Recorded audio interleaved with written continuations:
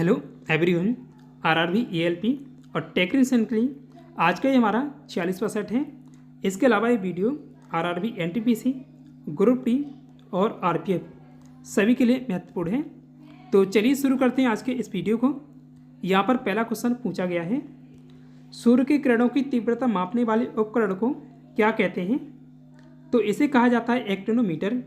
तो एक्टिनोमीटर से सूर्य की किरणों की तीव्रता मापी जाती है। आंसर इसका ऑप्शन नंबर सी होगा, एक्टिनोमीटर। भारतीय संविधान का निम्न में से कौन सा अनुच्छेद भारत के वित्त आयोग से संबंधित है? तो भारत के वित्त आयोग का संबंध दिया गया है अनुच्छेद 280 में। अनुच्छेद 280 में इसका उल्लेख है भारत के वित्त आयोग का।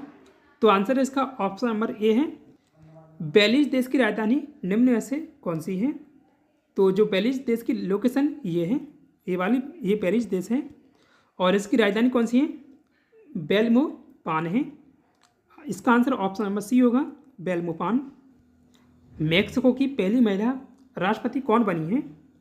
तो ये बनी क्लाउडिया शेइनबाम। तो क्लाउडिया शेइनबाम मेक्सिको की पहली महिला राष्ट्रपति होंगी अब। तो इसका आंसर होगा ऑप्शन नंबर ए, क्लाउडिया शेइनबाम। हाल ही में क्लाउडिया शेइनबाम ने मेक्सिको की पहली महिला राष्ट्रपति बनने का रिकॉर्ड बनाया है और वह अपना 6 वर्ष का कार्यकाल 1 अक्टूबर 2024 से शुरू करेंगे। तो अभी वे निर्वाचित हुई हैं, लेकिन 1 अक्टूबर 2024 से उनका कार्यकाल शुरू होगा। और तो ये भी याद रखिएगा, जो मेक्सिको के राष्ट्रपति का कार्यकाल 6 साल होता है। जलवायु वैज्ञानिक और मेक्सिको सिटी की पूर्व मेयर हैं क्लाउडिया शेइनबाम ने लगभग 58.8% वोटों के साथ जीत दर्ज की है और ये मेक्सिको के लोकतंत्र के इतिहास में सबसे अधिक वोट प्रतिशत का रिकॉर्ड माना जा रहा है। 2018 से एंड्रे मैनुअल लोपेज एब्राडोर मेक्सिको के राष्ट्रपति हैं। वो अभी भी हैं क्योंकि ये तो 1 अक्टूबर 2024 से अपना कार्यकाल शुरू करेंगे। राज्य के वित्त आयोग का गठन किस अनुच्छेद के तहत किया जाता है? तो केंद्र का 280 के तहत होता है और राज्य का 243 आई के अंतर्गत होता है। तो इसका आंसर होगा ऑप्शन नंबर डी, 243 आई। संविधान के अनुच्छेद 243 आई में राज्य के राज्यपाल को हर 5 साल में एक वित्त आयोग के गठन का आदेश दिया गया है। पदार्थ की अवस्थाओं की अधिकतम संख्या कितनी है? तो इनकी अधिकतम संख्या 5 है। आंसर इसका ऑप्शन नंबर सी होगा, 5। पदार्थ के 5 चरण ठोस, तरल, गैस और प्लाज्मा पदार्थ की 4 प्राकृतिक अवस्था हैं और 5वीं अवस्था मानव निर्मित बॉस आइंस्टीन संगणित है। ओडिशा का राजकीय वृक्ष कौन सा है? तो इसका राजकीय वृक्ष पवित्र अंजीर या पीपल है। तो राइट आंसर होगा ऑप्शन नंबर बी, अंजीर। यह शहतूत परिवार से संबंधित है और इसे बोधि वृक्ष, पीपल वृक्ष या अश्वत्थ वृक्ष, ये जो भारत या नेपाल में इसे बोलते हैं, के रूप में भी जाना जाता है। निम्न में से कौन सा विटामिन अंडे में अनुपस्थित होता है?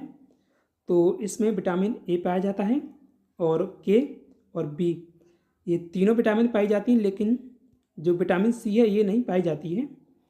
करेक्ट आंसर है option number B, vitamin C. अंडे में विटामिन B12, डी, के और ए प्रमुखता से पाई जाती हैं। इसके अलावा अंडे में विटामिन B1, B2, राइबोफ्लेविन, ये विटामिन B2 का रासायनिक नाम है। विटामिन B5 पेंटोथेनिक एसिड और विटामिन B6 और ई भी मौजूद होते हैं। अंडे में कैल्शियम और जिंक भी अच्छी मात्रा में होता है। विटामिन सी निम्न में से किसमें प्रचुर मात्रा में पाई जाती है? अब देखिए, यहाँ पर आंवला नहीं दिया हुआ है और आंवला दिया हुआ होता नींबू के साथ तो आंवला ही सही होता, क्योंकि नींबू से ज़्यादा आंवला में प्रचुर मात्रा में विटामिन सी पाई जाती है। तो इसका राइट आंसर है ऑप्शन नंबर डी, नींबू। संतरे, नींबू, मौसमी और आंवला जैसे कई खट्टे फल और मिर्च में भी विटामिन सी पाए जाते हैं या विटामिन सी के स्रोत हैं। और विटामिन सी संक्रमणों को नियंत्रित करता है और घावों को ठीक करता है। विटामिन सी मुख्य रूप से खट्टे फलों और पत्तेदार सब्जियों में पाया जाता है। 2024 में पद्म विभूषण अवार्ड से किसे सम्मानित किया गया है? तो ये अवार्ड 2024 में किसे मिला है? देखिए, 5 लोगों को इस बार पद्म विभूषण अवार्ड दिया गया था। तो इनमें ये शामिल हैं बैजंती माला बाली और कोनिदेला चिरंजीवी और एम वेंकैया नायडू। तो इन सभी को ये पुरस्कार मिला है। राइट आंसर होगा ऑप्शन नंबर डी, इन सभी को। देखिए पद्म विभूषण अवार्ड 2024 में इन्हें दिया गया है। तो ये 3 तो अभी देखे थे। बैजंती माला बाली ये अभिनेत्री और नर्तकी हैं, कला के क्षेत्र में इन्हें पुरस्कार मिला है और ये कहाँ से हैं, तमिलनाडु से संबंध रखती हैं। और कोनिदेला चिरंजीवी ये अभिनेता हैं, कलाकार हैं, कला के क्षेत्र में इन्हें पुरस्कार मिला है और ये किस राज्य से संबंध रखते हैं, आंध्र प्रदेश से। एम वेंकैया नायडू ये इन्हें सार्वजनिक क्षेत्र में ये पुरस्कार मिला है और पूर्व उपराष्ट्रपति भी रह चुके हैं और ये कहाँ से हैं, आंध्र प्रदेश से संबंध रखते हैं। बिंदेश्वर पाठक सामाजिक कार्यकर्ता हैं, सामाजिक कार्यों के लिए इन्हें पुरस्कार मिला है मरणों उपरांत और इन्होंने सुलभ इंटरनेशनल की स्थापना की थी और एक किस राज्य से संबंध रखते थे, बिहार से। और पद्म सुब्रमण्यम इन्हें कला के क्षेत्र में पुरस्कार मिला है पद्म विभूषण। तो इन्हें भरतनाट्यम नर्तकी हैं और ये कहाँ से हैं, तमिलनाडु से। 2024 में पद्म विभूषण अवार्ड से किसे सम्मानित नहीं किया गया है, तो पद्मा सुब्रमण्यम को ये पुरस्कार मिला है और बिंदेश्वर पाठक को मिला है और चिरंजीवी, इन सभी को मिला है जो इसमें दिए गए इन तीनों को। लेकिन राम नायक को ये पुरस्कार नहीं मिला है पद्म विभूषण। तो आंसर इसका ऑप्शन नंबर सी है, राम नायक। राम नायक को पद्म भूषण अवार्ड मिला है और वे सार्वजनिक मामले में इन्हें पुरस्कार मिला है। राम नायक उत्तर प्रदेश के पूर्व राज्यपाल और वे महाराष्ट्र राज्य से संबंधित हैं। पहले वित्त आयोग का गठन किस वर्ष किया गया था, तो पहले वित्त आयोग का गठन हुआ था 1951 में। इसका करेक्ट आंसर होगा ऑप्शन नंबर सी, 1951 में। मैक्सिको देश किस महाद्वीप में स्थित है, तो मैक्सिको देश उत्तरी अमेरिका में स्थित देश है। मैक्सिको देश उत्तरी अमेरिका के दक्षिणी भाग में स्थित देश है। ये मैक्सिको की लोकेशन है। टेलीफोन सेवाओं, स्टॉक ब्रोकरों, स्वास्थ्य क्लबों, ब्यूटी पार्लरों, ड्राई क्लिनिक सेवाओं आदि जैसी सेवाओं पर एक कर सेवा कर के रूप में पेश किया गया था। यानी ये किस वर्ष पेश किया गया था, तो ये पेश किया गया था 1994-95 में। आंसर इसका ऑप्शन नंबर बी होगा, 1994-95 में। निम्न में से किसमें विटामिन सी प्रचुर मात्रा में पाया जाता है। देखिए खट्टे फलों में पाई जाती है विटामिन सी, लेकिन यहाँ पर नींबू भी दिया हुआ है, लेकिन प्रचुर मात्रा में आंवला में पाया जाता है। तो आंसर इसका ऑप्शन नंबर ए है, आंवला। तो नींबू में इससे कम पाई जाती है विटामिन सी। उड़ीसा राज्य का राजकीय फूल कौन सा है, तो इसका राजकीय फूल अशोक है। अशोक का फूल राजकीय फूल है उड़ीसा का। अशोक का पेड़ नहीं है, अशोक का फूल है, याद रखिएगा। तो अशोक का फूल उड़ीसा राज्य का राजकीय फूल है। निम्न में से कौन सी उड़ीसा की राजधानी है, तो उड़ीसा की राजधानी क्या है, भुवनेश्वर है। भुवनेश्वर उड़ीसा की राजधानी है और उड़ीसा का ये सबसे बड़ा शहर भी है भुवनेश्वर। पहले वित्त आयोग के अध्यक्ष कौन थे, तो पहले वित्त आयोग के अध्यक्ष थे, आंसर इसका ऑप्शन नंबर डी होगा, केसी नियोगी पहले वित्त आयोग के अध्यक्ष थे। और पहले वित्त आयोग का गठन कब हुआ था, 1951 में। और दूसरे वित्त आयोग का गठन हुआ था 1956 में। और इसके दूसरे वित्त आयोग के अध्यक्ष कौन थे, के संतानम। तो पहला या दूसरा ही पूछा जाता है, तो यहाँ तक याद रखिएगा। इनमें से क्या रक्त स्कंदन या ब्लड क्लॉटिंग में सहायक है, तो विटामिन के ब्लड क्लॉटिंग में सहायक होता है। आंसर इसका ऑप्शन नंबर बी होगा, विटामिन के। रक्त स्कंदन में सहायक तत्वों में से एक विटामिन के है। इसके अलावा प्लाज्मा प्रोटीन, फाइब्रिनोजन, प्लेटलेट्स और अन्य क्लॉटिंग फैक्टर्स भी स्कंदन प्रक्रिया में महत्वपूर्ण भूमिका निभाते हैं। किस विटामिन में कोबाल्ट धातु उपस्थित होता है, तो कोबाल्ट धातु विटामिन B12 में पाया जाता है। आंसर इसका ऑप्शन नंबर ए होगा, विटामिन B12। भारत के वित्त आयोग का गठन कौन करता है, तो राष्ट्रपति के द्वारा भारत के वित्त आयोग का गठन किया जाता है। आंसर होगा ऑप्शन नंबर बी, राष्ट्रपति। वित्त आयोग का गठन राष्ट्रपति के द्वारा किया जाता है। भारतीय संविधान के अनुच्छेद 280 के तहत राष्ट्रपति आमतौर पर प्रत्येक 5 साल के अंतराल पर वित्त आयोग का गठन करते हैं। दलीप ट्रॉफी का पहला संस्करण कब खेला गया था और इसका संबंध किससे है? क्रिकेट से। और खेला कब गया था पहला संस्करण? 1961 और 62 में।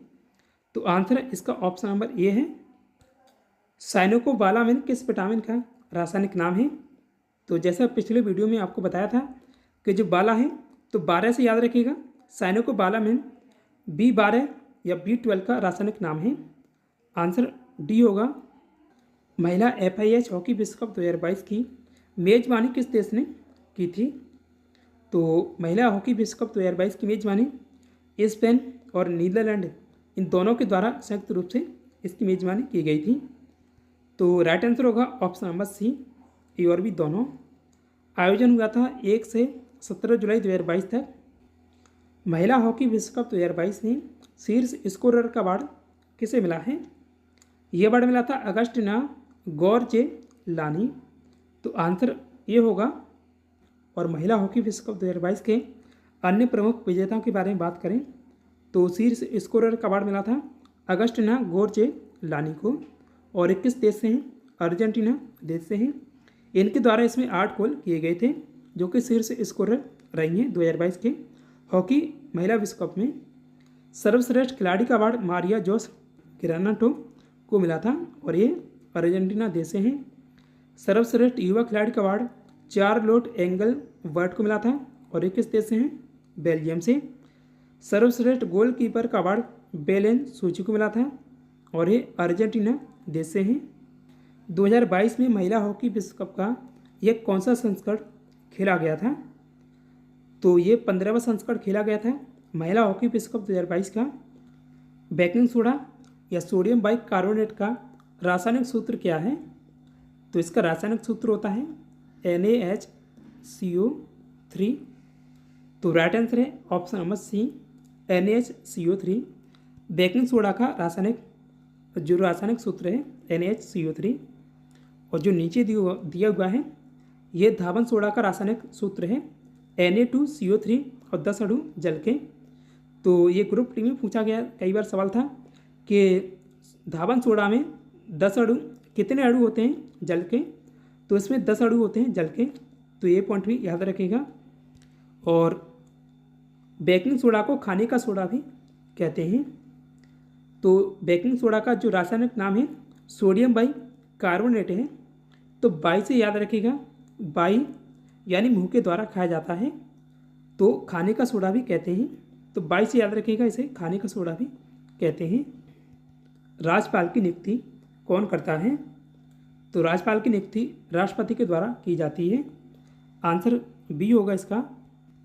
महिला हॉकी विश्व कप सर्वाधिक बार किसने जीता है? तो नीदरलैंड के द्वारा महिला हॉकी विश्व कप अब तक 9 बार जीता गया है। तो correct answer option number B होगा, नीदरलैंड। और वर्तमान में नीदरलैंड ही इसका विजेता है। महिला हॉकी विश्व कप का 2022 भी उसके द्वारा जीता गया था। कथक नृत्य के प्रतिनिधि ब्रजू महाराज निम्न में से कौन से घराने से जुड़े हुए थे? तो वे लखनऊ घराने से संबंध रखते थे। आंसर सी होगा। विश्व का पहला इलेक्ट्रॉनिक डिजिटल कंप्यूटर यानी ENIAC था। तो ये कब लॉन्च किया गया था? ये लॉन्च हुआ था 1946 में। करेक्ट आंसर राइट आंसर होगा इसका ऑप्शन नंबर बी, 1946 में। ENIAC 1945 में इसका कार्य पूरा हो गया था और इसे पहली बार 10 दिसंबर 1945 को व्यवहारिक उद्देश्यों के लिए काम में लाया गया था।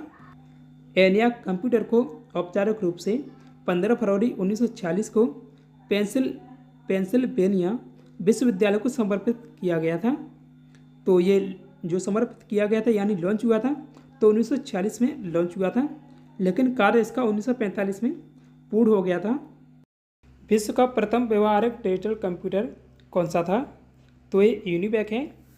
तो आंसर इसका ऑप्शन नंबर डी है, यूनिवैक। जो ENIAC है ये विश्व का पहला डिजिटल कंप्यूटर है, लेकिन ये व्यवहारिक पहला डिजिटल कंप्यूटर तो ये यूनिवैक है। यूनिवैक का पूर्ण रूप क्या है? तो यूनिवैक का पूर्ण रूप है यूनिवर्सल ऑटोमेटिक कंप्यूटर।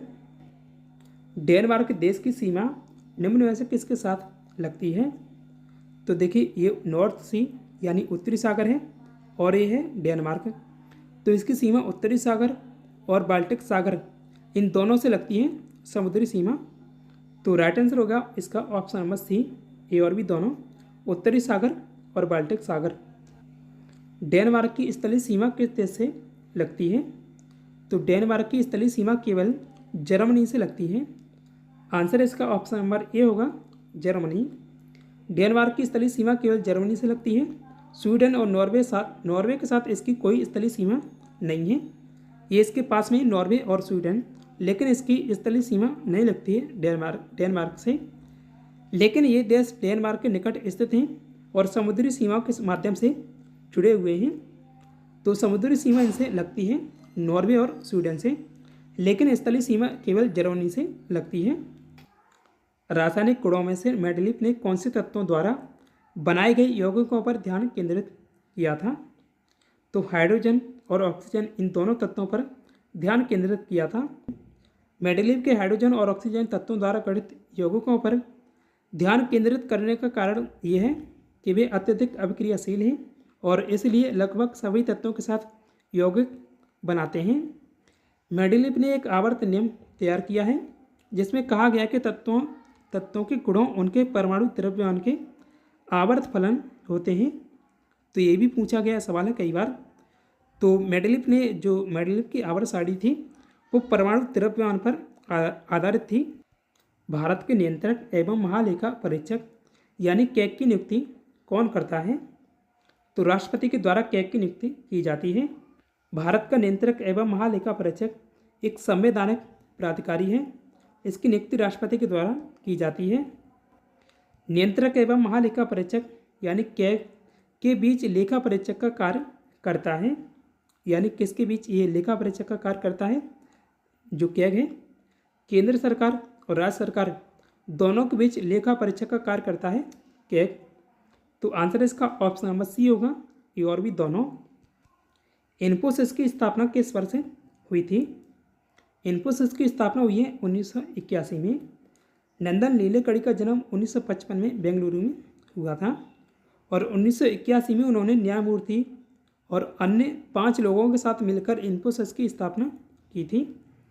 नीलेकणी 2009 में भारत सरकार के UIDAI प्रोजेक्ट के पहले चेयरमैन बने और आधार कार्ड को दुनिया के सामने रखा।